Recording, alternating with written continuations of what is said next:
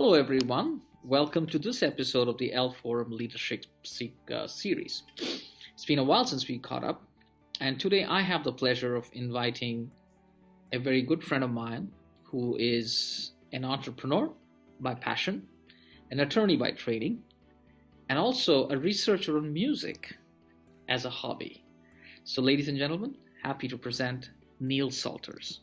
Welcome to the show, Neil. Well, Ringo, thank you very much. It's a pleasure. My journey is a bit different than most. I mean, not in the beginning. I went to college, went to law school, fully intended to be a practicing attorney. But once I started practicing as an attorney, I decided I didn't care for it too much. And I was a litigation attorney. My first job was as a defense attorney defending doctors and hospitals. I was also on the Agent Orange defense team and the Johns Mansfield defense team. And those jobs took me to a lot of places in North America. But I knew pretty early on that I didn't like being a litigator. It was a lot of anxiety involved. I actually quit doing that. I was going to be a writer because I always had a passion for certain creative endeavors. But I found that my family needed a paycheck. So I grazed over to another field and entered the insurance industry, where I rose rather dramatically to pretty high levels for some major companies in the United States. I worked in Chicago, New York, learned quite a bit. I then went out and became a little entrepreneurial. And I became involved in starting, and this turned into be really what I'm good at. I either get involved in starting companies or fixing broken companies. And most recently, I've become strictly entrepreneurial in a couple of areas that I find I enjoy and that I'm pretty good at handling. One is I, with a group of colleagues, started an insurance company. And just recently, we actually just went live last week. I've also got together with a group of colleagues and we started an ADR company, which is Alternative Dispute Resolution. And that's also going to be a national company. And that's where I am. Leadership is actually a very subtle and I think creative role to take. And it can mean different things in different places. I think it's very important to understand perspectives, whether they are people working with you, working for you. If you intend to be successful as a leader, you have to understand and accept the other side's perspective. Doesn't mean you have to agree with it.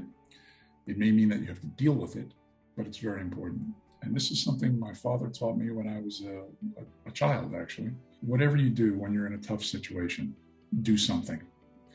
Don't do nothing. So even if you do something and you make a mistake, you will realize it and then you'll be able to turn it around. But I have used that constantly. And that is to act, to make a decision. Do not be afraid to be wrong. As a leader, you are always going to be required to make decisions based upon incomplete or incorrect information or data. If you wait to get complete data or correct data or data that's going to make you comfortable that the decision you're about to make is guaranteed to succeed, you will not succeed. You have to make decisions based upon the information that's at your disposal at any given moment. You have to be the one as a leader who puts their name on the dotted line. And if you do that, yes, you will make mistakes, but you will find your role as a leader expanding because, quite frankly, most people are afraid to do that and will not do that. That's my experience. But also be flexible. And finding that middle ground between decisiveness and flexibility is where leadership, I think, lives.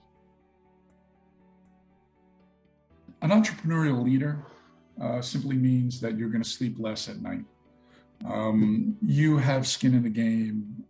You have decided that this is your baby. The satisfaction of being an entrepreneurial leader is greater. And your ability to succeed and fail rests more with you. When you're simply a leader within an organization where you do not call the shots,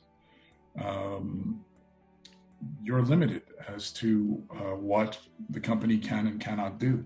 When you are the entrepreneur and the leader, you have the ability to literally make the decisions. So when you're the entrepreneurial leader, you have that additional stress.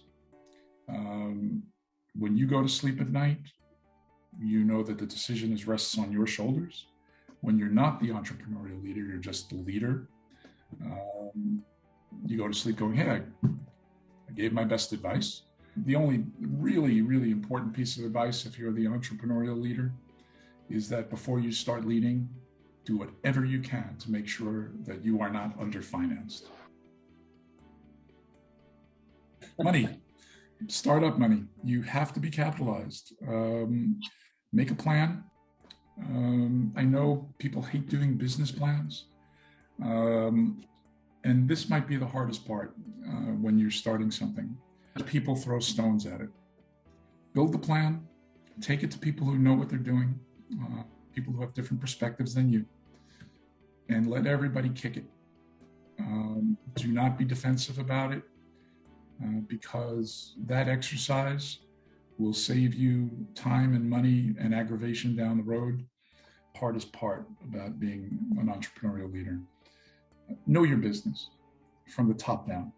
You have to know how the smallest job in your company gets done, because at some point you're going to wake up one morning and you're going to have a bright idea, and that bright idea is going to change. I need to change something. I need to add something. I need to do something different.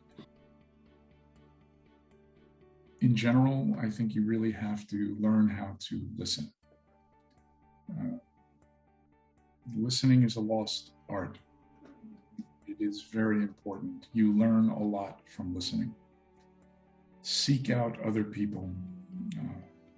If it's at the coffee shop, if it's at a seminar, if it's at the bar, if it's at the game, at the ballet, listen to people. This is my personal thing, but I whiteboard.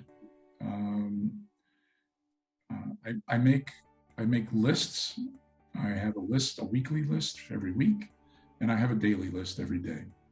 And when I have issues that I'm dealing with, you can't see it here in my office, but I literally have 5 whiteboards in my office. And when I'm stumped, I go to a whiteboard and I just start writing things down. Sometimes they're just random ideas or problems or things. And then by putting them in writing visually, I can study it, and then solutions start to take shape in my mind. And then I can start to write those as well.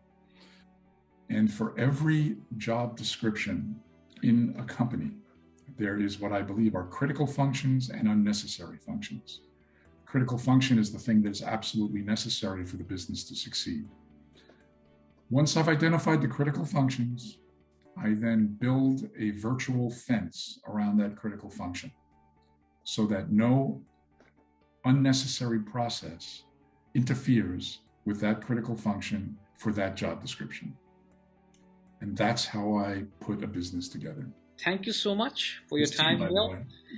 and thank you for your lovely thoughts and words of wisdom. Yeah. I wish you and all your entrepreneurial ventures all the very best and all success. Same to you, Ringo. Thank you very much. Thank you so much. Like, share, and subscribe to the EL Forum channel. Click the link below to enjoy the full video.